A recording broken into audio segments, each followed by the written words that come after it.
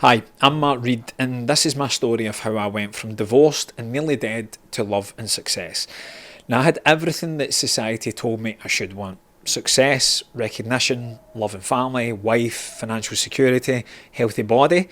But behind the curtain, I was drowning in emotional emptiness. I was feeling like a stranger in my own skin, and even more so in my relationship. The same drive that was actually fueling my business success was in fact destroying my ability to truly connect with anyone that mattered. But today I've not only healed from cancer and divorce, I've actually discovered how to maintain my business edge whilst experiencing the deep connection and love that I once thought impossible, where my loved ones actually run towards me when I walk through the door, not run away, which once upon a time was the case. So if you're watching this, chances are that you've built an empire that's crushing your ability to feel anything real with the people you care about the most. And we need to fix that. Yes, you can crush it in business, but really, is it worth it if your loved ones are feeling crushed and alone at home? Maybe you're feeling emotionally numb despite this external success. Perhaps you're terrified that you're recreating some of that emotional neglect with your own family that you experienced growing up as a child.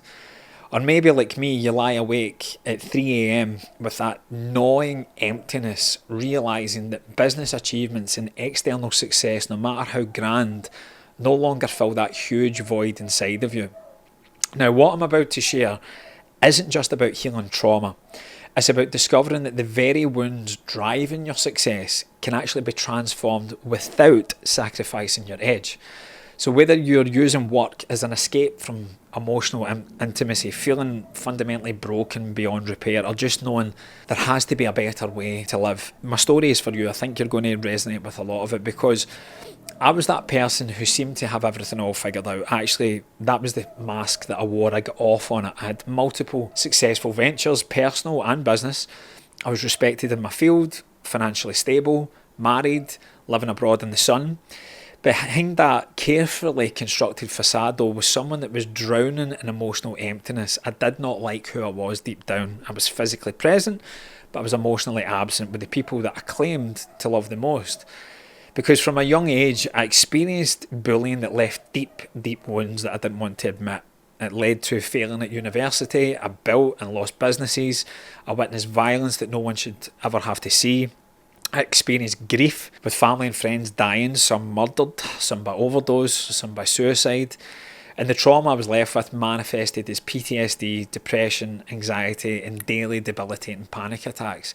But here's the thing about trauma: it doesn't just hurt you, it shapes you. It creates survival mechanisms that can look like strengths on the outside, but it's actually destroying you from within. Because my hypervigilance, it made me exceptional at identifying business opportunities, solving problems, but it made true relaxation impossible. My perfectionism and people pleasing actually got me outstanding results for my clients, but I was never good enough. I was always left with that void. I became fluent in the language of achievement, but I was emotionally illiterate with my loved ones. And like many high achievers, I threw myself into self-development, shelf development really, but self-improvement. I trained with the best: Dr. Joe Dispenza, Dr. John DeMartini, and other renowned teachers. I read every book, attended every seminar, I tried every technique, because I was determined that I was going to rewire my brain and think my way out of this past pain. But all this did was lead me down this endless path of seeking something always external. I tried plant medicines in the hopes of a quick breakthrough. I experimented with different healing modalities, and I spent tens of thousands in coaches and courses, and I became what I now recognise as a self-help junkie. I was constantly chasing the next breakthrough while never truly healing, just like many of you who have tried everything but still feel that same emptiness. There was never time and space to embody it. But then life threw me the ultimate curveball to make sure that I did, because only 6 months into our marriage, I was diagnosed with a rare cancer, and then the following year, Lyme's disease, because my body was literally breaking down under the weight of all this unprocessed trauma for decades. And at the same time, my marriage was crumbling. The emotional disconnection that I'd been carrying, finally, it manifested as divorce. And this was more than just a health and relationship crisis, it was an existential one. I was nearly dead, literally and figuratively. Everything I had worked for, everything I had built my identity around was gone. I realised that I'd spent decades climbing a ladder that wasn't even leaning against the correct wall. But this rock bottom forced me to discover something new. What I now know is the root cause of all my suffering, that my issues were not in my head, my issues were in my tissues. Trauma is stuck in the body. Trauma is actually an incomplete experience. It gets trapped in the nervous system, the fascia, the organs and the energy centres of the body, but no one really talks about that. But simply put, you need to understand that no amount of cognitive understanding, books, podcasts, talk therapy or any other woo-woo, new age, emotional bypassing technique is going to heal it at its root. But even though something didn't feel right for me, I kept trying to do the approaches that society tells us should work. I kept going to talk therapy that kept me stuck in my head for years, reenacting and analysing my childhood, but never actually healing the wounds. Every self-help book that gave me concepts that were cool, but there was no embodied change. And even the plant medicines, it provided temporary escape and the highest of highs, but took me back to the lowest of lows. There was no lasting transformation. I was the person spending tens of thousands in every new healing modality, certifications and knowledge, thinking that if I just found the right combination of techniques, finally I'd feel whole and worthy. And what I didn't realise was that I was using these modalities the exact same way that I use my work, as a distraction from fully feeling what needed to be felt. It was an escape from emotional intimacy that I craved, but I couldn't tolerate because I didn't feel worthy of it. But the real turning point came when I hit my ultimate rock bottom. I remember I was sitting alone one night after my divorce. I was still successful on paper, but I was completely empty inside. I couldn't feel love, I couldn't feel joy. To be honest, I couldn't even feel pain anymore. I just had this pervasive numbness that sadly became my normal. So I decided to take a trip. I thought if I changed the external environment, maybe that would help me. But on the drive down, in the middle of doing actually a Facebook Live to my clients, I was the passenger. I began to have my vision go blurry, then my hand go numb, and then I couldn't see my hand in the phone, and I dropped the mobile screaming, please pull over. I thought I was dying. Reality was literally leaving me, and I thought, oh my God, this is it. I was filled with this existential dread that I'd never experienced to this level before, and it was shaking me to my absolute core. And thankfully, even though we were on a busy 4-lane freeway, we managed to get them to pull over to the hard shoulder. I opened the door and I collapsed onto my knees. I couldn't breathe, and as my world was literally turning dark, I just screamed, God, please help me. Please, I don't want to die. And in that moment of total surrender, I finally understood what I had been missing, that my body had been desperately trying to get my attention for years, decades in fact, that we were going in the wrong direction. Injury, illness, disease, failed relationships. What's it going to have to do for me to break the daily monotony of push, push, push, hustle, hustle, hustle, go, go, go, trying to prove myself through achievement? And even though I was literally paralysed with fear, I started to realise away in the back that this was happening for me and not to me. So I prayed more and more, and eventually I could take a full breath again. And I felt I was being reborn, given a new breath of life. And it became abundantly clear that trauma doesn't live in your thinking mind. It's in your body, your nervous system, and your subconscious patterns. And no amount of talking or thinking can heal what's stored in your tissues and your cells. This realisation didn't immediately change anything at the time. It didn't change everything, but it drastically changed my direction. I actually spent the next week sitting in the bath for 3 to 4 hours at a time. It never made any sense, but it was the only thing that gave my body a sense of safety, a sense of comfort, and got me out of my head. So instead of trying to think my way out of trauma that I'd done for 30 odd years, I began my hard work of actually feeling my way through it. I had to confront that paralysing fear that I was fundamentally incapable of the emotional intimacy that I've seen others experience. And I had to discover why that was the case for me. What was that false belief? And it was because of my unresolved mother and father wounds that formed my core wound that love isn't safe, and my deepest dominant thought that I was only worthy of love if I won and I was the best.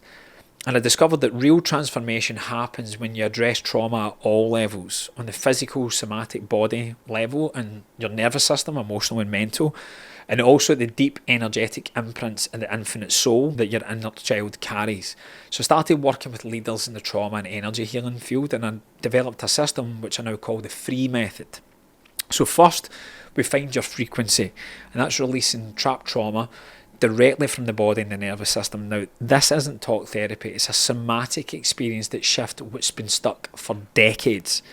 Next, we realign your reality, integrating and embodying new patterns so the change becomes your new normal, not just a temporary state. From there, we expand your energy, where we regulate and stabilise your nervous system so you can handle both success and intimate connection without overwhelm or one sacrificing for the other.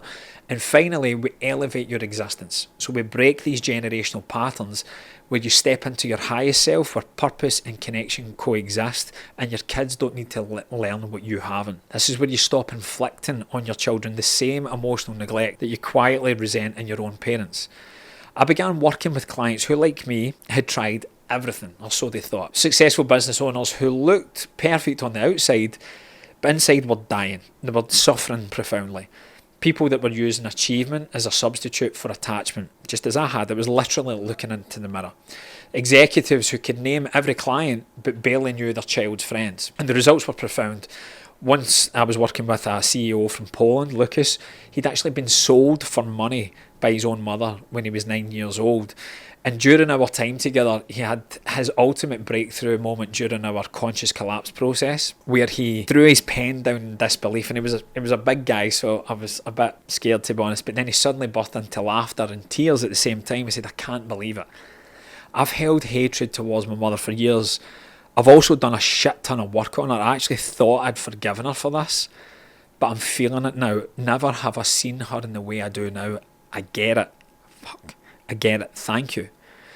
Now, that shift of healing his deepest dominant thought of being unworthy of love not only transformed his self-worth in his business, because he had previous seven-figure prototype ideas stolen from him, so he had betrayal in there as well, but also his leadership style, and above all, his relationship with his son, who, ironically or not, he was also turning 9 at the time where we met. Then there was Dana, who came to me after spending $100,000 in every healing modality you can imagine. She'd tried everything to heal her anxiety and panic attacks, but nothing had worked. But within 6 weeks of working with the free method, she told me she'd experienced her first truly peaceful night's sleep in over a decade, and was finally able to be present with her children instead of constantly being on edge. But here's what surprised me the most. Healing their trauma didn't diminish their success, it enhanced it.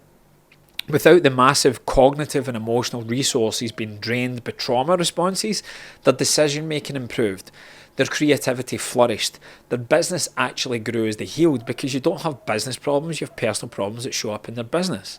Above all, their partners began looking at them with desire again instead of disappointment.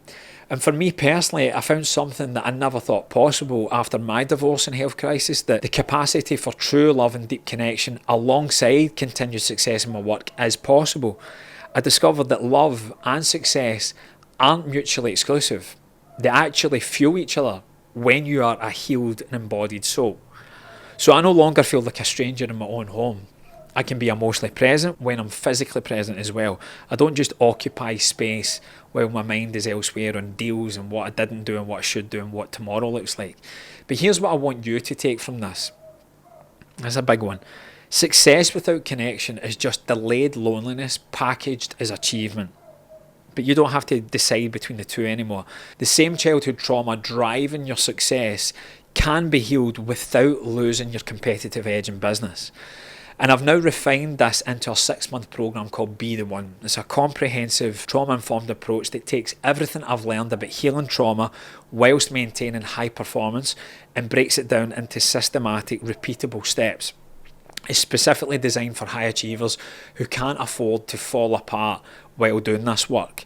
So whether you're feeling like a stranger in your own home after yet another 14-hour workday or 7-day week, terrified that your children will one day articulate how your absence has damaged them, or maybe just knowing deep down that there has to be more to life than just achievement or work. I want you to know from my story and from the clients that we've helped that there is another way. You don't need to sacrifice your empire. You don't need to sacrifice all that you've built to feel deeply connected. It doesn't need to be one or the other. You don't need to abandon your ambition and your life purpose to heal your heart. You don't need to expose your vulnerability or the vulnerability that you've spent decades hiding behind with your achievement. You don't need to tell any of that. You just need a system that integrates both. And that's exactly what I've created. I've helped thousands of successful business owners break free from the emotional chains that have been holding them back from the deep connection that they crave and that their inner child has craved their whole life. And the complete framework for my Be The One program is actually available in the description below this video. So let's transform your trauma into your greatest gift. I truly believe that your biggest pain is your deepest purpose. Let's help you achieve what I've found, that true love and continued success is achievable simultaneously, because you deserve to be remembered for who you are, not just what you've built and not just what you've provided.